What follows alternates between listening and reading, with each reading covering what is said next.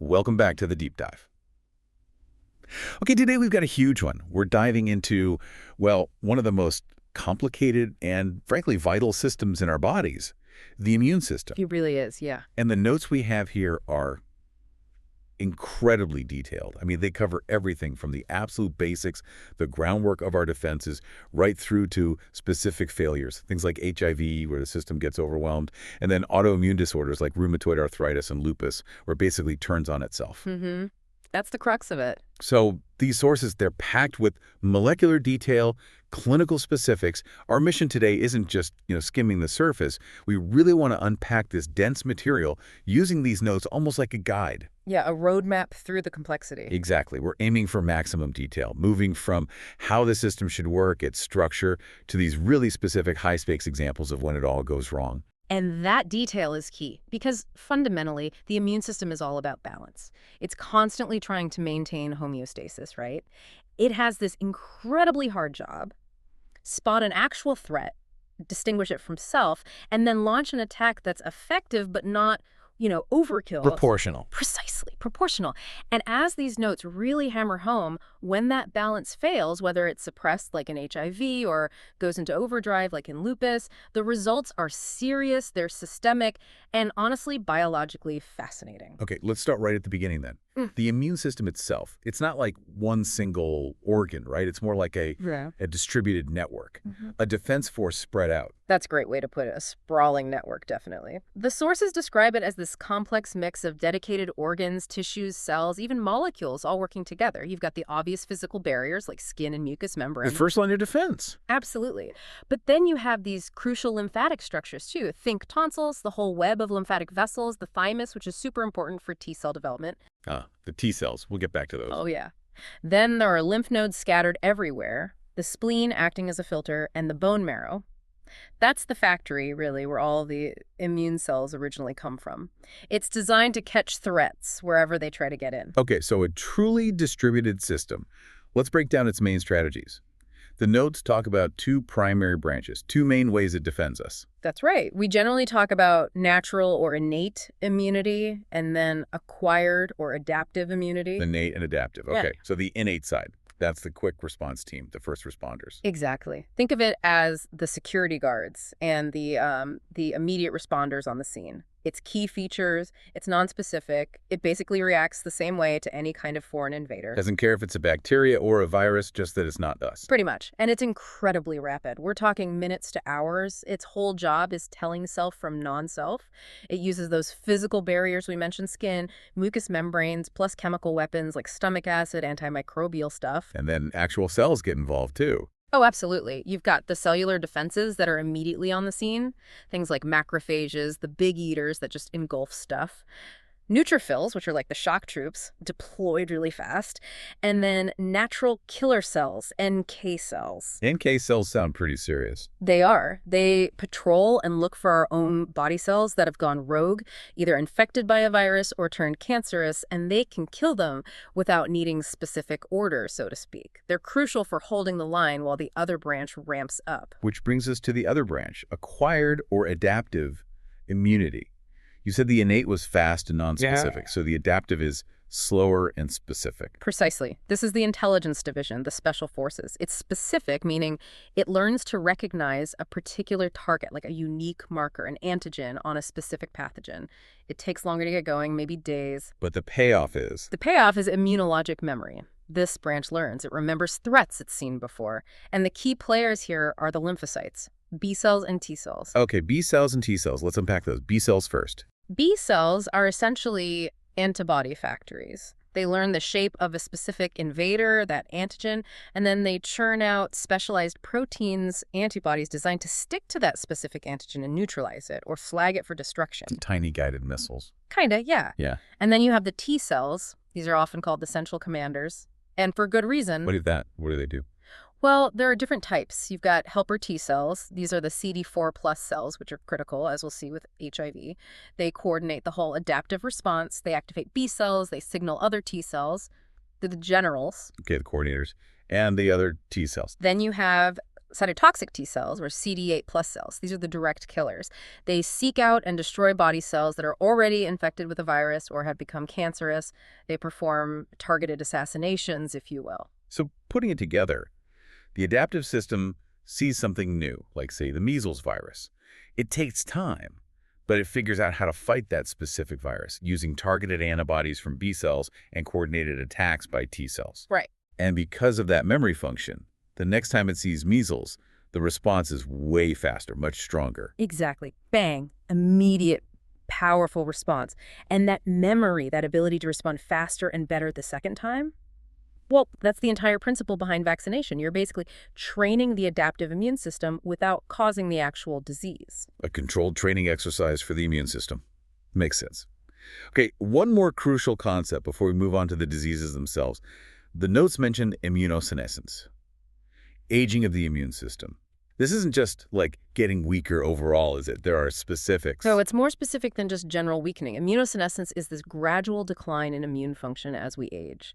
A key thing mentioned in the sources is thymic involution. The thymus gland, remember, where T cells mature, it shrinks quite dramatically with age. So if the T cell training camp shrinks, you get fewer new recruits, fewer specialized T cells. Precisely. You get reduced output of neurodiverse T cells. That means the repertoire of T cell receptors available to recognize new threats shrinks. The elderly immune system isn't as good at responding robustly to pathogens it hasn't seen before. And does it affect the B cells too, the antibody factories? Yes, B cell function declines too. They tend to produce fewer antibodies, and the antibodies might not be as effective. This is partly why, for example, older adults often need higher dose flu vaccines or booster shots to try and coax a strong enough response from that aging system. And this isn't just about infections, right? This decline connects to other age-related issues. Absolutely. This age-related decline also contributes to a state of chronic low-level inflammation throughout the body, sometimes called inflammaging. And that simmering inflammation is thought to play a role in the development or worsening of many chronic diseases of aging heart disease, neurodegeneration, even cancer. So this immunosenescence backdrop is really important context, especially when we talk about managing conditions like HIV in older people later. Okay, perfect pivot. We've seen how the system should work these layers, the innate speed, the adaptive intelligence, and memory. Now let's look at a virus that seems almost purpose-built to dismantle it, HIV. The notes really emphasize how this retrovirus targets the system's key players. It's a chillingly effective strategy. HIV is a retrovirus, as you said. That means it carries its genetic material as RNA, and it has this enzyme, reverse transcriptase, that allows it to make a DNA copy of its RNA inside our cells. Working backward, essentially. Right.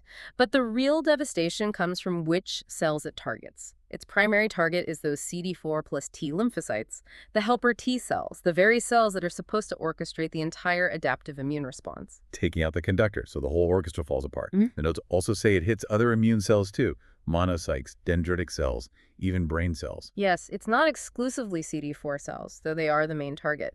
It can infect monocytes, dendritic cells, which are important for presenting antigens to T cells, and yes, even microglia in the brain. That explains some of the neurological complications we see later. And the mechanism inside the cell. It integrates its DNA copy into ours. Exactly. Once that viral DNA is made, it gets inserted, integrated right into the host cell's own DNA. At that point, the cell is permanently hijacked. It becomes an HIV factory, forced to churn out new virus particles, new virions. And this process eventually kills the host cell, the CD4 cell. It does. The sheer burden of producing viruses, plus direct viral effects, leads to the death of that CD4 cell. And as more and more CD4 cells are destroyed, the immune system gets progressively weaker. This progressive destruction defines the stages of HIV infection. Right, the stages. It's really important clinically and socially to understand that just being infected with HIV isn't the same as having AIDS, right? Absolutely critical distinction. The initial phase is the acute stage. This happens shortly after infection. You get a very high viral load, lots of virus circulating as the body tries to mount its first response. This is also when seroconversion happens, when the body starts producing detectable antibodies. And the symptoms. Are they obvious? Often not specific at all, unfortunately. They can mimic a really bad flu or mono. Severe fatigue, fever, maybe a rash, night sweats, swollen glands, lymphadenopathy, sore throat, muscle aches. Because it's so nonspecific, it often gets missed or dismissed. Okay, so after that acute phase, things might seem to calm down. Yes. Then you typically enter the chronic stage, also called clinical latency or the asymptomatic phase. This can last for years, sometimes a decade or more, especially with treatment. The person might feel completely fine. But the virus isn't gone. Oh no, it's still replicating, maybe at lower levels, but it's constantly chipping away at those CD4 cells. The CD4 count is gradually, relentlessly declining throughout this stage, even if the person feels well. The battle is happening silently. Until it reaches a critical point. The final stage. Yeah. AIDS. Acquired immunodeficiency syndrome. The notes are very specific here. It's defined by a number. A CD4 count threshold. That's right. AIDS is diagnosed when one of two things happens. Either the person develops one of several specific, serious, opportunistic infections or cancers that are considered AIDS-defining illnesses, or their CD4 plus T cell count drops below a critical level, 200 cells per cubic millimeter. Cells. Why that number, 200? What's so significant about falling below that line?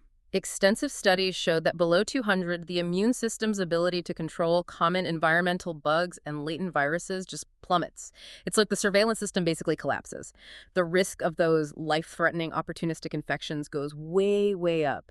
It signifies profound immunodeficiency. Okay, and to track this, we need testing. The notes mention different types of tests: antibody, antigen antibody, nucleic acid tests. They find the infection at different times. Yes, the detection window varies.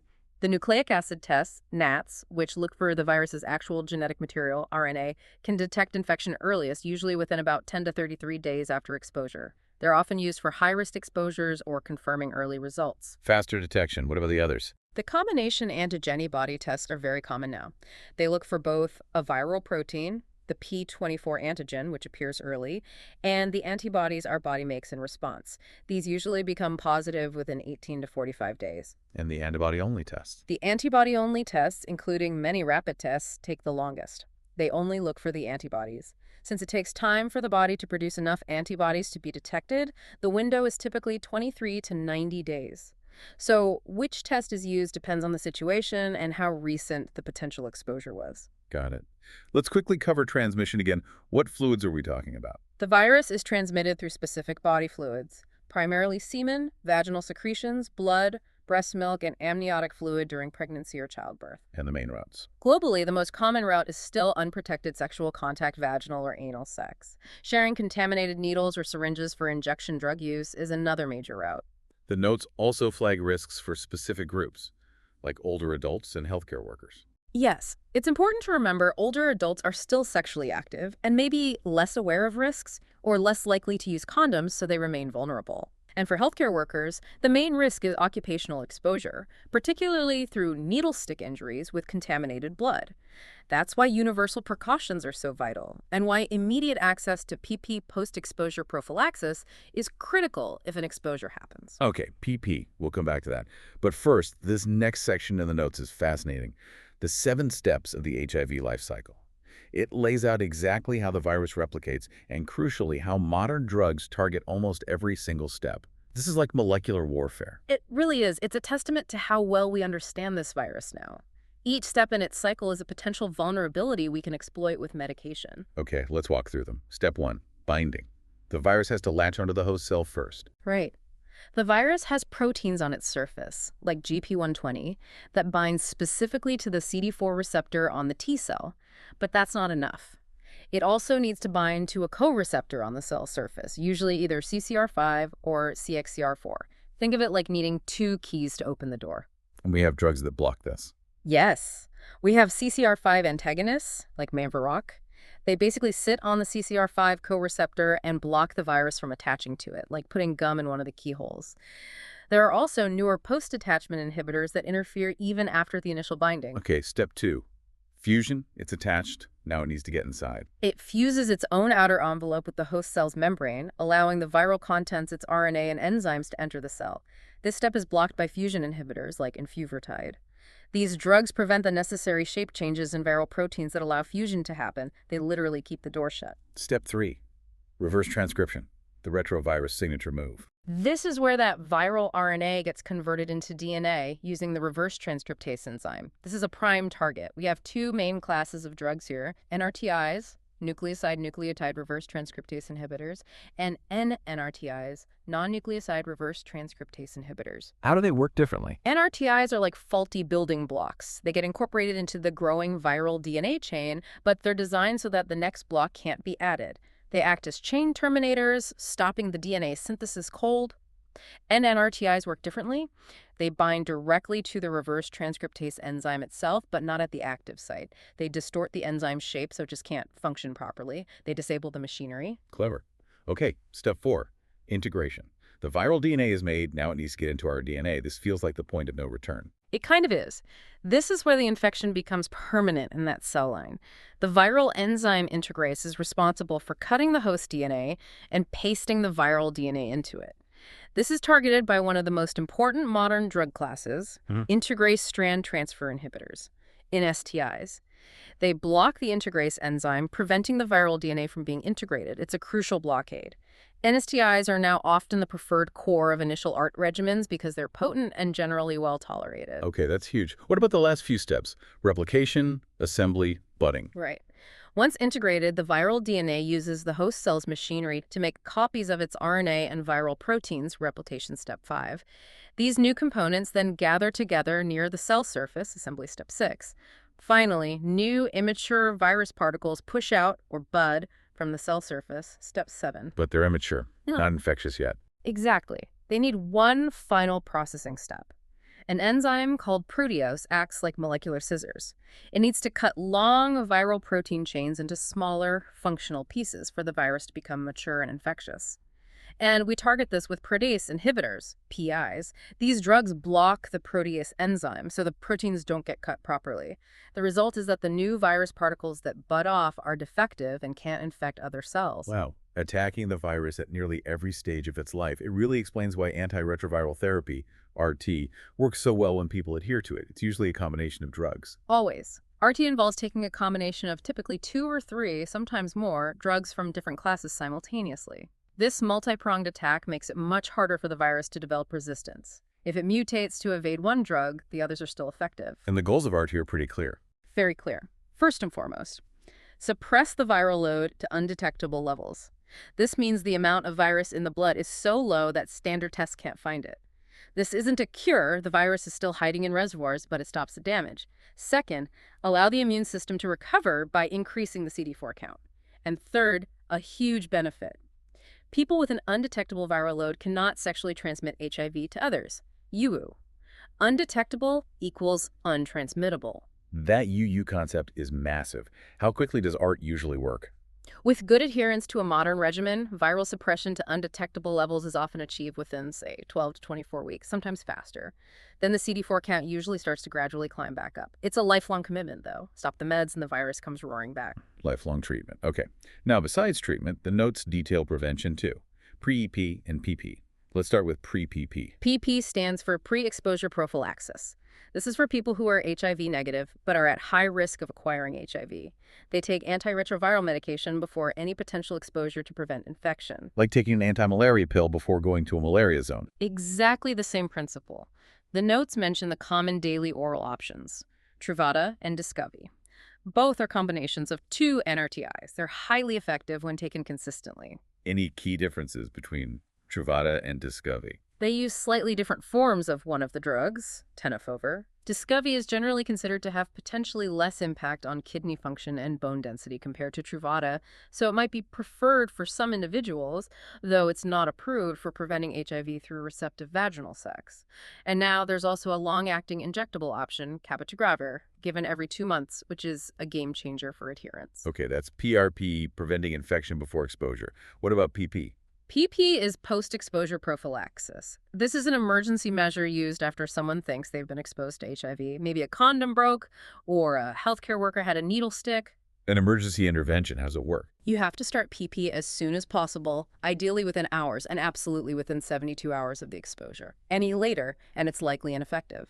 It involves taking a full 28-day course of ARTO, usually a combination like Truvada plus an integrase inhibitor. The idea is to stop the virus from establishing a permanent infection after it's entered the body. So a short, intense course of treatment right after exposure, and follow-up testing is needed. Yes, definitely. Baseline testing at the time of exposure and then repeat testing, typically at 6 weeks, 12 weeks, and sometimes 6 months after exposure to confirm that infection was prevented. Okay. So despite these amazing treatments and prevention tools, people with advanced HIV, particularly AIDS, still face serious complications, right? Yeah. Especially these opportunistic illnesses. Absolutely. When the CD4 count drops below 200, the body becomes vulnerable to infections and cancers that a healthy immune system would easily handle. The notes list some key examples. Pneumocystis pneumonia, PCP, which is a fungal lung infection, used to be a very common cause of death. I remember hearing about that a lot. Yeah.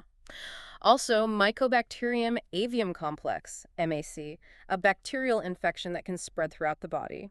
Reactivation of tuberculosis, TB, is a huge issue globally. Candidiasis, or thrush, can become severe, affecting the esophagus. And certain cancers are much more common, like Kaposi sarcoma, which causes skin lesions and various AIDS-related lymphomas. Managing these requires not just art, but often specific prophylactic medications to prevent them in the first place, plus aggressive treatment if they occur. And it's not just infections and cancers. The notes mention neurological and psychiatric issues, too. Yes, because HIV can get into the brain. HIV-associated neurocognitive disorders, HANDA, sometimes called HIV encephalopathy, can range from mild concentration problems to severe dementia. Peripheral neuropathy nerve damage causing pain, tingling, numbness in the hands and feet is also common. And rates of depression, anxiety, and other mental health conditions are significantly higher in people living with HIV due to a combination of biological factors, stigma, and the stress of managing a chronic illness. Let's talk specifically about aging with HIV. We mentioned immunosenescence earlier. How does HIV interact with the normal aging process? It's a really complex interplay. People with HIV are living much longer now, thanks to art, which is fantastic, but they seem to experience age-related conditions earlier or more frequently than their HIV-negative peers. We see higher rates of multimorbidity having several chronic conditions at once, like heart disease, diabetes, kidney disease, osteoporosis, Which inevitably leads to polypharmacy, taking lots of different medications for all those conditions, plus the RD regimen. This massively increases the risk of drug interactions, side effects, and adherence challenges. So for healthcare providers, especially nurses, managing older adults with HIV requires really careful medication reconciliation, looking for opportunities to deprescribe to safely stop unnecessary meds. That sounds like a delicate balancing act. It is. You also need to screen for frailty, which is common and predicts poor outcomes. And ensuring shared decision-making is vital, making sure the patient's priorities and values guide their care plan, especially when juggling multiple complex health issues. There are also issues like cognitive decline and social isolation that need attention. And finally, before we leave HIV, the notes really stress the impact of social factors. Hugely important. Social determinants of health. Things like poverty, housing instability, food insecurity, lack of transportation, stigma, racism, access to education, political factors have an enormous impact on HIV outcomes. They affect whether someone can access testing, get pre-EP, start art, adhere to treatment, attend appointments, manage side effects, everything. So care has to go beyond just prescribing pills. Absolutely. Effective HIV care requires a multidisciplinary approach. Nurses often play a key role in coordinating care, connecting patients with social services, addressing barriers, advocating for resources, and building trust through culturally competent, sensitive communication. You can't treat the virus effectively if you ignore the person's life circumstances. Okay, so we've looked at immune failure with HIV. Now let's shift gears, connecting back to that idea of balance. Sometimes the problem isn't an external attacker, it's the immune system itself malfunctioning and attacking the body's own tissues. Autoimmunity. Right. The system losing its ability to distinguish self from non-self, but in the opposite way. Instead of being suppressed, it's overactive and misdirected. Let's dive into the two examples from the notes. Rheumatoid arthritis, RA first. What's the core issue in RA? RA is a chronic systemic autoimmune disease. Systemic meaning it can affect the whole body, but its primary target is the synovium, which is the soft tissue lining the joints. For reasons we don't fully understand, the immune system mistakenly identifies the synovium as foreign and launches an inflammatory attack against it. And this attack is persistent, chronic. Yes, that's key. It's not a one-off inflammation, it's persistent. This leads to chronic inflammation in the joints, causing the classic symptoms: pain, swelling, stiffness, and warmth. Importantly, it's Typically symmetrical, meaning if your left wrist is affected, your right wrist probably is too. And it often starts in the smaller joints, like in the hands and feet.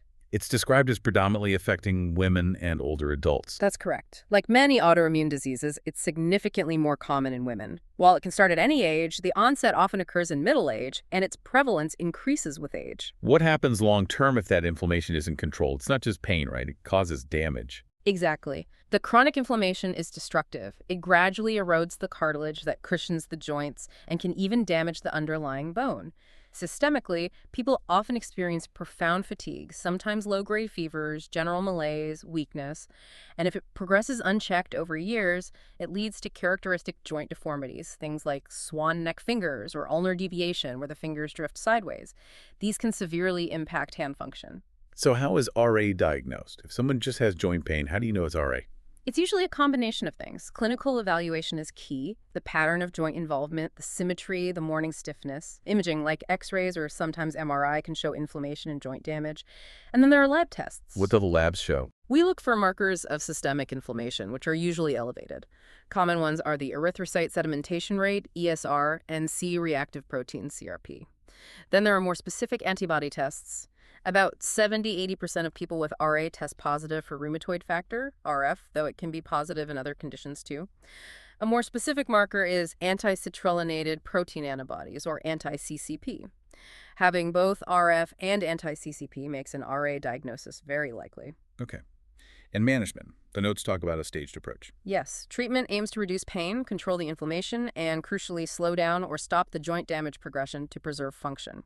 It's often staged based on disease activity and severity. What's the first stage usually involved? Earlier mild RA might start with NSAIDs, like ibuprofen or naproxen for symptom relief, but the cornerstone is usually starting a DMARD, a disease-modifying anti-rheumatic drug, fairly early. The classic DMARD is methotrexate.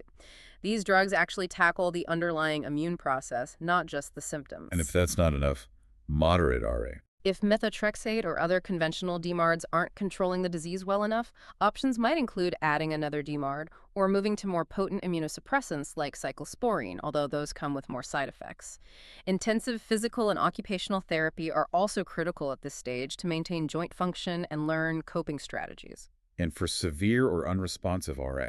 For severe disease or if other treatments fail, we have stronger options. Short courses of corticosteroids, like prednisone, can quickly reduce severe inflammation during flares, but we try to limit long-term use due to side effects. The major advance here has been the biologic agents. The biologics, these are the targeted therapies. Exactly. These are genetically engineered proteins, often antibodies, that target specific molecules involved in the inflammatory process. A major class targets tumor necrosis factor, TNF, like adalimumab, Humira, or certolizumab.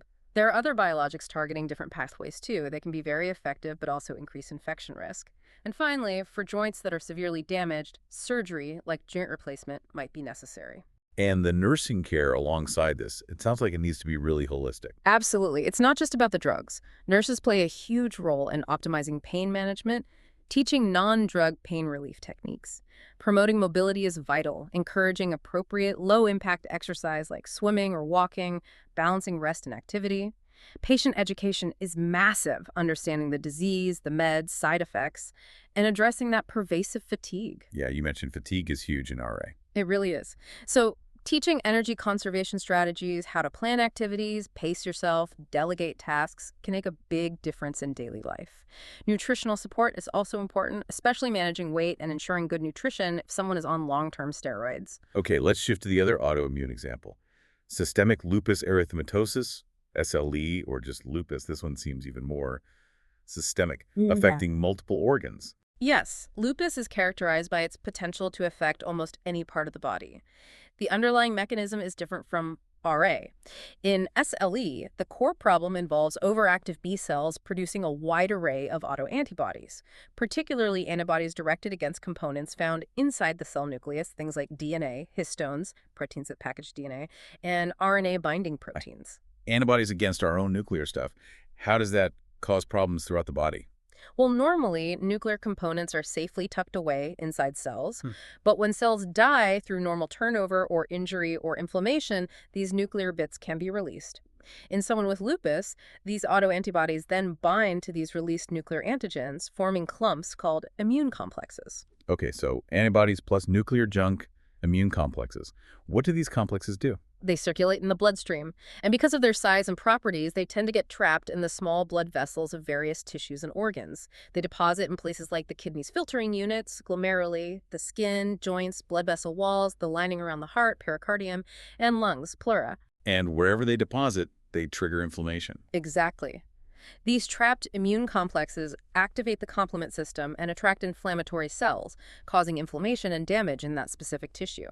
That's why lupus can manifest in so many different ways: skin rashes, arthritis, kidney disease, lupus nephritis, inflammation of the heart-lung lining, serositis, neurological problems, blood disorders. It depends on where those complexes decide to lodge. That explains the really varied symptoms mentioned. What are some of the classic signs we look for? It's known as the great imitator because symptoms can be so varied and often come and go in flares, but some key ones include persistent, unexplained fever, extreme fatigue, often debilitating, and joint pain or swelling, arthritis. The characteristic skin manifestation is the Meller rash or butterfly rash across the cheeks and bridge of the nose, often triggered by sunlight. Ah, the photosensitivity link. Yes, photosensitivity developing rashes or other symptoms after sun exposure is very common. Serositis, inflammation of linings like pleura or pericardium, causing chest pain is another criterion. And then potential involvement of major organs like the kidneys, protein or blood in urine, or the brain, seizures, psychosis are serious flags. Diagnosing it sounds tricky then, with all that variety. The notes mention specific criteria. Yes, diagnosis usually relies on a combination of clinical findings and lab tests using a set of classification criteria. A patient generally needs to meet at least 4 out of 11 criteria, which include clinical signs like the Meller rash, arthritis, serositis, kidney disorder, neurologic disorder, and laboratory findings. What's the key lab test? The cornerstone lab test is the ANA, anti-nuclear antibody test. It detects those autoantibodies against nuclear components. It's very sensitive. Most people with lupus have a positive ANA, but it's not very specific, meaning other conditions can cause a positive ANA too. So positive ANA supports the diagnosis, but needs to be considered alongside other specific autoantibodies, like anti-dsDNA or anti-dyslesm antibodies, and clinical features, including blood abnormalities like anemia or low white blood cell counts. And who tends to get lupus? Similar to RA. There are similarities, but also differences. Like RA, it's much more common in women, particularly women of childbearing age, onset often between 15 and 45. But there's also a striking racial disparity noted in the sources. SLE is significantly more common and often more severe in individuals of African American, Hispanic, Asian, and Native American descent compared to Caucasians. Socioeconomic status also seems to play a role, with lower status associated with worse outcomes, likely due to access to care issues. Treatment then must focus on controlling this widespread inflammation and preventing organ damage. Absolutely. The main goals are to suppress the overactive immune system enough to control flares, prevent long-term organ damage, especially to the kidneys, and minimize the side effects of the treatment itself, which can be significant. What kinds of drugs are used? Similar to RA. There's some overlap, but also specific agents. Corticosteroids are often used to control acute flares quickly. NSAIDs can help with joint pain and fever. A key drug for many lupus patients is an antimalarial, specifically hydroxychloroquine, Plecanil. It helps control skin and joint symptoms, reduces the frequency of flares, and seems to have a protective effect against organ damage long term. For more severe or organ-threatening disease, stronger immunosuppressants like mycophenolate or cyclophosphamide are used. And like in RA, we now have targeted biologics such as belimumab, Benlysta, which specifically targets B cells to reduce autoantibody production. Okay, so bringing it all together for both RA and lupus, that holistic nursing care seems crucial again, especially given the chronic nature and systemic effects. What are the common threads in managing both? You see a lot of common themes. Energy conservation is huge for both due to fatigue. Infection prevention is critical because patients are often on immunosuppressive drugs. Bone health needs attention, especially if corticosteroids are used, ensuring adequate calcium and vitamin D, encouraging moderate weight-bearing exercise, if possible, to combat osteoporosis risk. Mental health support is vital for coping with chronic illness, and smoking cessation is strongly advised, as smoking really worsens outcomes in both RA and SLE. And that point about disparities, especially in lupus, brings back the social context, right? Absolutely. For both conditions, but perhaps even more starkly in SLE given the epidemiology, nurses have a crucial role as advocates. This means helping patients navigate the healthcare system, connecting them with resources, addressing barriers related to costs or transportation, coordinating care among different specialists, and building trust through really good culturally sensitive communication. Addressing those social determinants is inseparable from effectively managing the disease itself. Hashtag outro. Well, that was definitely a deep dive. We've journeyed from the fundamental building blocks of the immune system. The innate barriers and rapid responders, the adaptive intelligence and memory. Right. All the way through to these two major ways it can fail. Yeah. Either being overwhelmed and dismantled by an external attacker like HIV, and we went to incredible detail there, those 7 specific steps of its life cycle and how each one is targeted by drugs. The binding, fusion, reverse transcription, integration, all the way to budding and maturation blockade by protease inhibitors, molecular precision. Exactly. And then we contrasted that with the internal betrayal of autoimmunity, the chronic joint destruction in RA versus the systemic multi-organ attack driven by immune complexes in lupus, where the symptoms depend entirely on where those complexes end up depositing. Two very different kinds of dysfunction. But what really strikes me, listening back, is the common thread. Whether the immune system is underactive or overactive, the solution isn't just the sophisticated drugs, right? It's always that combination of targeted pharmacology plus this intensive holistic support managing side effects, promoting adherence, addressing fatigue, mental health, social barriers. Absolutely. It underscores that you can have the best drugs in the world, but effectively managing these complex chronic conditions requires treating the whole patient within their whole life context. Understanding the molecular pathways gets you partway there. Addressing the lived experience, the frailty, the polypharmacy, the social determinants, that's the essential other half to actually improve quality of life. Treating the disease and treating the patient. That's the core message, I think. So here's a final thought for you, our listeners, to maybe mull over based on everything we've discussed. We saw that incredible specificity in HIV drug development, like integrase inhibitors, stopping that one precise step of viral DNA integration. Thinking about lupus, with its problem of widespread autoantibody production, how might we take a similarly refined molecular-level approach? Could we develop therapies that specifically dial down the production of those harmful autoantibodies by B cells? Or maybe interfere with immune complex formation or deposition without just broadly suppressing the entire immune system the way many current treatments do, which causes so many side effects? That really is the challenge, isn't it? Achieving that level of targeted modulation in autoimmunity without collateral damage. That targeted precision seems like the next big frontier in immunology. Something to think about. We'll leave it there for this deep dive.